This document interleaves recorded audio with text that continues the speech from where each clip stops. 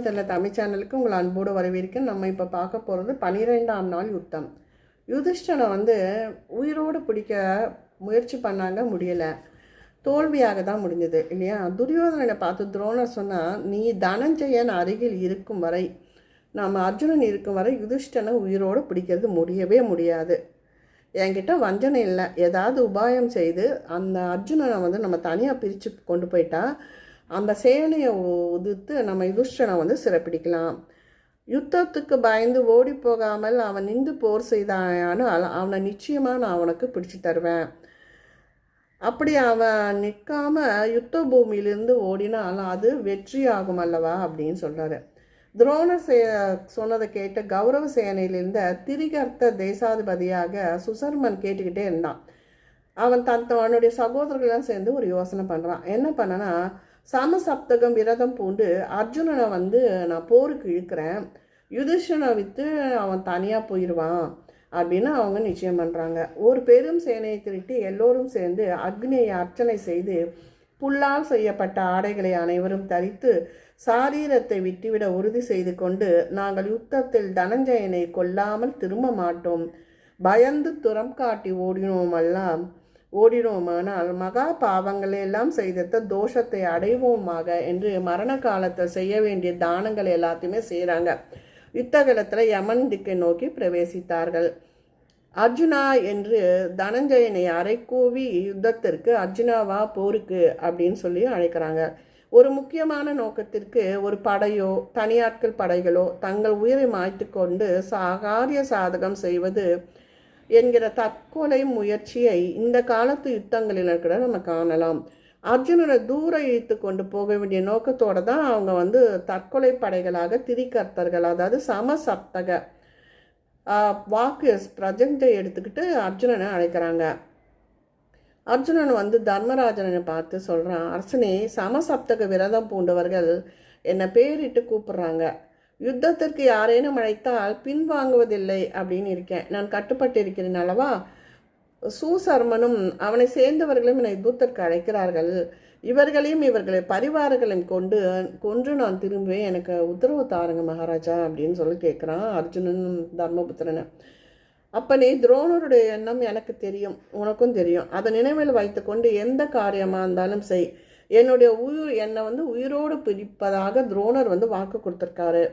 அவர் பலம் உள்ளவர், சூரர், அஸ்திர வித்தையில் பண்டிதர், சிரமம் கூடியவர், சோம்பல் இல்லாதவர் அப்படின்றான். அப்போது இவன் சொல்கிறான், அரசனே, உமக்கு காப்பாக அவனுக்கு பாதுகாவலாக சத்யஜித் இருக்கிறான். அவன் உயிரோடு 9 பக்கத்தில் இருக்கும் வரை உமக்கு அபாயம் இல்லை அப்படின்னு அர்ஜுனன் சொல்கிறான். தர்மராஜன் கிட்ட சொல்லிட்டு பாஞ்சால ராஜகுமாரனான சத்யஜித்தை யுதிஷ்டனுக்கு காவலாக வச்சுட்டு சமசப்தர்களுடைய அழைப்பை ஏற்றுக்கொண்டு பசி கொண்ட சிம்மத்தை போல அவங்கள நோக்கி போகிறான். கண்ணா, அதோ பார், திரிகர்த்தர்கள் நிற்கிறார்கள். அழ வேண்டிய சமயத்தில் விரதம் பூண்ட மயக்கத்தினால் சந்தோஷமாக நிற்கிறார்கள். ஸ்வர்க்கத்தை எதிர்பார்க்கும் மகிழ்ச்சியோடு பரவசமாகவே இருக்கிறாங்கன்னு சொல்லிக்கொண்டே பகைவர்களுடைய பெருஞ்சேனையை அர்ஜுனன் நெருங்குறான். பாரத போரில் இது 12ஆம் நாள் போர் இல்லையா. போர் பயங்கர கடுமையாக நடந்தது. அர்ஜுனனுடைய தாக்குதல் திரிகர்த்தர்கள் படம் லேசாக ஆட்டம் கொடுக்க ஆரம்பித்தது. திரிகர்த்தராஜன் மனம் கலங்கியவர்களுக்கு எச்சரிக்கை செய்து சிம்மநாதம் செய்து கொண்டே அவர்களை உற்சாகப்படுத்தினான். சூரர்களே, பெரும் சத்திரிய கூட்டத்தில் பிரகடனம் செய்து விரதம் பூண்டிருக்கிறீங்க. கோரமான சப்தங்களை செய்த பின் பயத்தை காட்டுவது பாராட்டத்தகாது, பரிகாசத்துக்கு ஆளாவீங்க. அதனால் எல்லாருமே ஒருவர் உற்சாகப்படுத்தி கொண்டு போர் நடத்துங்க அப்படின்னு சொல்கிறான். ரிஷிகேஷனே, இவர்கள் உயிரோடு இருக்கும் வரை யுத்தத்தை விட்டு விலக மாட்டார்கள், தயங்குவதற்கில்லை, தேரை நடத்து அப்படின்னு அர்ஜுனன் சொல்கிறான். மதுசூதன் தேரை இழுத்தான், செலுத்தினான். தேவசுர யுத்தத்தில் இந்திரனுடைய ரதத்தை போல கண்ணன் ஓட்டிய தேர் பலவித மண்டல கதிகளை செய்தது. அர்ஜுனனுடைய காண்டீபம் தன்னுடைய முழு பண்பையும் காட்ட ஆரம்பித்தது. திரிகர்த்தர்களுடைய கண்களுக்கு 100 அர்ஜுனர்களாக தென்பட்டார்கள். காயமடைந்த வீரர்கள் ஆயிரக்கணக்கில் பூ மலர்ந்த மலர்களைப் போல காட்சி தந்தார்கள். கடுமையான போர் நிகழ்ந்தது. ஒரு சமயம் அம்பு மழையால் அர்ஜுனுடைய ரதம் கொடிமரத்தோடு அந்தகாரத்தில் மூடப்பட்டது. அப்போ கண்ணன் கேட்குறான், தனஞ்சயனே, அர்ஜுனனே, பிழைத்திருக்கிறாயா அப்படின்னு கண்ணன் கேட்குறான். இருக்கிறேன் என்று இருட்டில் அர்ஜுனன் காண்டிபத்தை இழுத்து தன் அம்புகளால் பகைவர்களுடைய அம்பு மழையை விளக்கினான். பிரளய காலத்தில் நடைபெறும் ருத்ர நடன அரங்கம் போல ரணக்களம் விளங்கியது. தலையில்லாத முண்டங்களும் வெட்டுண்ட அங்கங்களும் ஆங்காங்கே சிதறி கிடந்தன. சமசப்தர்களை எதிர்த்து அர்ஜுனன் சென்றதும் துரோணர் அணிவகுக்கப்பட்ட பாண்டவ சேனையில் யுதிஷ்டனை பிடிக்கிறதுக்காக அவங்க எல்லாருமே பலமாக தாக்கிறதுக்காக தன் சேனைக்கு உத்தரவிடுறாரு துரோணர். பெரும் சேனையோடு துரோணர் தன்னை எதிர்க்க வந்தது யுதிஷ்டன் பார்க்குறான். பிராமணர் என்னை பிடிக்க வருகிறார், ஜாக்கிரதையாக சேனையை காப்பாயாக அப்படின்னு துஷ்டுத்யும்ன சொல்றாரு. துருபத குமாரன் துரோணர் வரும் வரையில காத்திராமல் துரோணை எதிர்க்க துரிதமாக தேரை செலுத்தினான். தன்னை கொல்லவே பிறந்தவனாகிய துருஷ்டமனை தன்னை நோக்கி வருவதை கண்ட ஆச்சாரியார் காலனை கண்டது போல ஒரு கணம் மனம் கலங்கினார். அவனால் தனது மரணம் ஏற்படும் என்பது அவருக்கு ஞாபகம் வருது. அந்த பக்கத்தில் செல்வதை விட்டுவிட்டு துருபதன் இருக்கும் இடத்தை நோக்கி போறாரு. துருபதனுடைய சேனையை துன்புறுத்தி இரத்த வெள்ளத்தை பெருகச் செய்து துரோணர் மறுபடியும் உறுதி செய்து கொண்டு யுதிஷ்டன் இருக்கிற இடத்துக்கு போறாரு. யுதிஷ்டன் அசையாமல் அம்பு மழையை வருஷித்தான். அதன் மேல் சத்யாஜித்தும் துரோணரை நோக்கி பாய்ந்தான். கோரமான போர் நடந்துச்சு. துரோணர் யமனை போல விளங்கினார். ஒருவர் பின் ஒருவராக வீரர்களை வதம் செய்தார். பாஞ்சால ராஜகுமாரன் விருகன் பானத்துக்கு இரையானா. அதன் பின் சத்யஜித்தும் அடிபட்டு மாண்டான். இதை கண்ட விராடன் மகன் சதானிகன் துரோணர் மேல் பாய்ந்தான். சதானுடைய தலை அறுபட்டு குண்டலத்தோடு நிலத்தில் உருண்டது. கேதமன் என்கிற அரசன் எதிர்த்தான். அவனும் உயிரிழந்தான். துரோணருடைய வேகத்தை எப்படியாவது நிறுத்த வேண்டும் என்று வசுதானன் ஒரு பானத்தால் யமாலயத்துக்கு அனுப்பப்பட்டான்.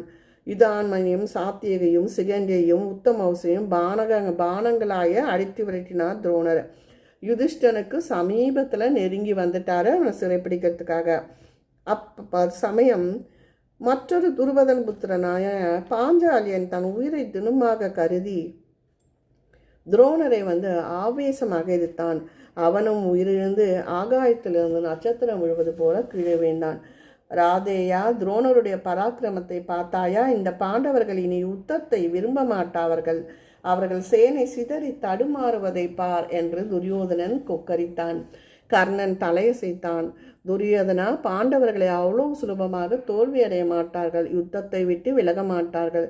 விஷத்தினாலும் நெருப்பினாலும் சூதாட்டத்தினாலும் உண்டான துன்பங்களை வனவாசங்களை அவர்கள் மறக்க மாட்டார்கள். அதோ பார், பாண்டவர்கள் மறுபடியும் ஒன்று கூடி துரோணரை தாக்குகிறார்கள். பீமனும் சாத்தியகும் சுதமன்யும் சத்ரதர்மனும் நகுலனும் உத்மவஜும் துருபதனும் விராடனும் சிகண்டியும் துஷ்டகேதுவும் இன்னும் பல வீரர்கள் யுதிஷ்டனை காக்க கூடிவிட்டார்கள்.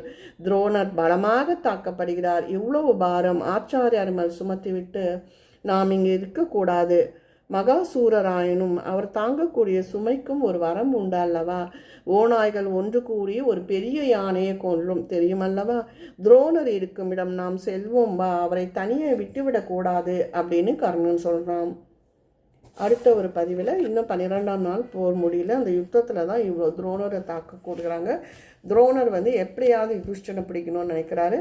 ஆனால் யுதிஷ்டனுக்கு அவ்வளோ பாதுகாவலாக அனைத்து வரும் நிற்கிறார்கள். அடுத்த ஒரு பதிவில் சூர பகதத்தனை பற்றி பார்க்கலாம். நன்றி, வணக்கம்.